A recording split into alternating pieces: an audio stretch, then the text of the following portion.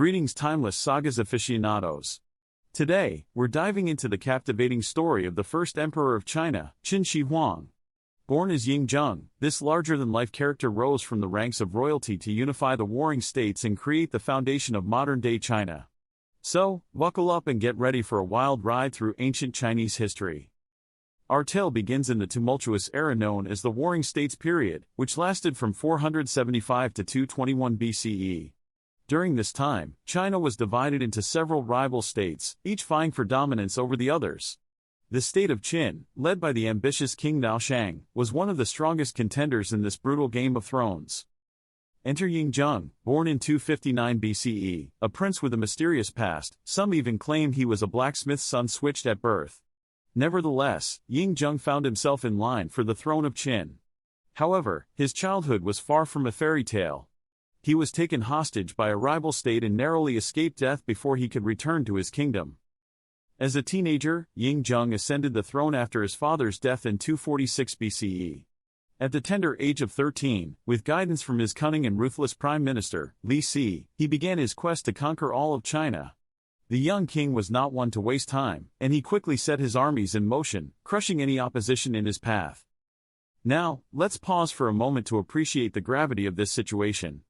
Imagine being a teenager, barely out of childhood, and tasked with the monumental challenge of uniting a fractured nation. The pressure was immense, but Ying Zheng was determined to create a legacy that would stand the test of time.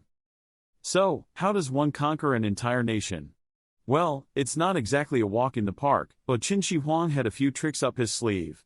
Utilizing innovative military strategies, advanced weaponry, and a brutally efficient administration, the Qin army was a force to be reckoned with. One by one, the rival states of Han, Zhao, Wei, Chu, Yan, and Qi fell under the control of the Qin Empire. In 221 BCE, after a grueling 25-year campaign, Ying Zheng finally achieved the seemingly impossible. He had unified all of China under one rule. He declared himself Qin Shi Huang, meaning first emperor of Qin, and established the Qin dynasty, marking the beginning of imperial China. Now, Qin Shi Huang wasn't one to rest on his laurels. Unifying China was a monumental achievement, but he knew that maintaining this newfound unity would be an even greater challenge. So, he set about making some drastic changes to the way China was governed. One of the most significant moves Qin Shi Huang made was the implementation of a centralized bureaucracy. He abolished the old feudal system and divided the empire into 36 provinces, each governed by a set of officials who answered directly to the emperor. This move helped to consolidate his power and reduce the risk of rebellion. Another critical aspect of Qin Shi Huang's rule was his commitment to standardization.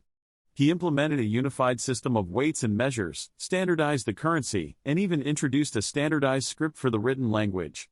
These changes may sound mundane, but they were vital in creating a cohesive, unified nation. Of course, no story about Qin Shi Huang would be complete without mentioning the Great Wall of China. While he didn't build the entire wall as we know it today, Qin Shi Huang was the first to join existing walls and fortifications, creating a massive defensive barrier along the northern border. It was said that this wall was so great, it could be seen from the moon. Well, not really, but you get the idea. Now, let's address the elephant in the room, Qin Shi Huang's reputation as a brutal tyrant. It's true that his rule was characterized by harsh laws and strict punishments. He even went so far as to order the burning of books and the execution of scholars who opposed his regime. But, while these actions may seem extreme, they were driven by a desire to create a unified, harmonious society, free from the chaos of the Warring States period. It's also worth noting that Qin Shi Huang was a man obsessed with immortality. He believed that somewhere out there was an elixir that could grant him eternal life. He sent countless expeditions in search of this fabled potion, to no avail. Ironically, his eventual death in 210 BCE was likely hastened by his consumption of mercury pills, which he believed would prolong his life. With his death, the Qin dynasty began to crumble.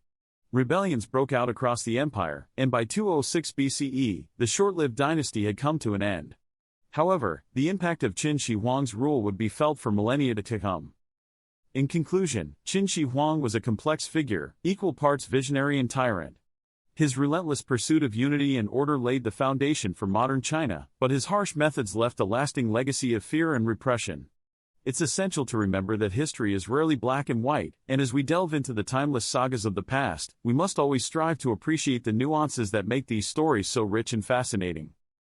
So, there you have it, the tale of Qin Shi Huang, a man whose ambition and vision reshaped the course of history. If you enjoyed this journey through the annals of time, be sure to give this video a thumbs up and subscribe to Timeless Sagas for more captivating stories from the past. Until next time, stay curious and keep exploring the incredible tapestry of human history.